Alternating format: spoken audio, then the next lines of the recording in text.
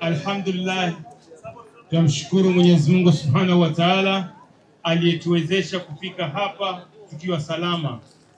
Tumetumia chombo lakini akatuhifadhi mpaka mahali tumefikia. Tunashukuru Mwenyezi Mungu, tuko hapa kwa utumishi wa ndugu Mheshimiwa Hassan Ali Joho.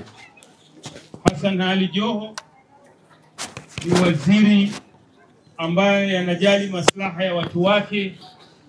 Miaka yote sisi tunazunguka Ramadhani kupeana kile Mungu alizomjalia, na safari hii mheshimiwa wenu, mbunge wenu, ndugu Mheshimiwa Ali Wario alikwenda kwa waziri akamwambia kwamba wakati unagawanya hakikisha sehemu ya bunge langu wamepata, na leo ndio sababu tuko hapa. Mpieni makofi bunge wenu. Na tukitoka hapa tunaelekea Lamu, tumeanza Malindi, tumetoka Taita Taveta, tumeenda Mwatate, tumeenda Koi, leo sasa tuko Garseni na tuende Lamu. Hapa tuko na mgeni rasmi. Tuko na mgeni rasmi hapa ambaye ndiye rasmi anamwakilisha Mheshimiwa Waziri, na si mwingine ni ndugu Abubakar Joho, mkubwake Hassan Joho yuko hapa.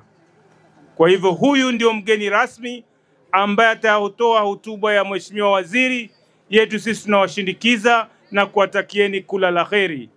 Na mimi kikubwa nitasema mafanikio yetu sisi lazima tuwe wamoja, tuwe kitu kimoja. Na lazima tukubali kwamba tuwe na kiongozi mmoja ambaye ataongoza Pwani ili kusudi tuheshimike katika sehemu zingine. Na si mwingine ni Hassan Ali Joho. Mnasemaje watu wa Garseni? Mnasemaje Garseni? Hassan Joho ashike bendera. Basi mimi sitakwenda zaidi ya hapa, tutaka kuyafupisha kwa sababu Lamu anatusubiri. Nichukue nafasi hii kumkaribisha Mheshimiwa Machele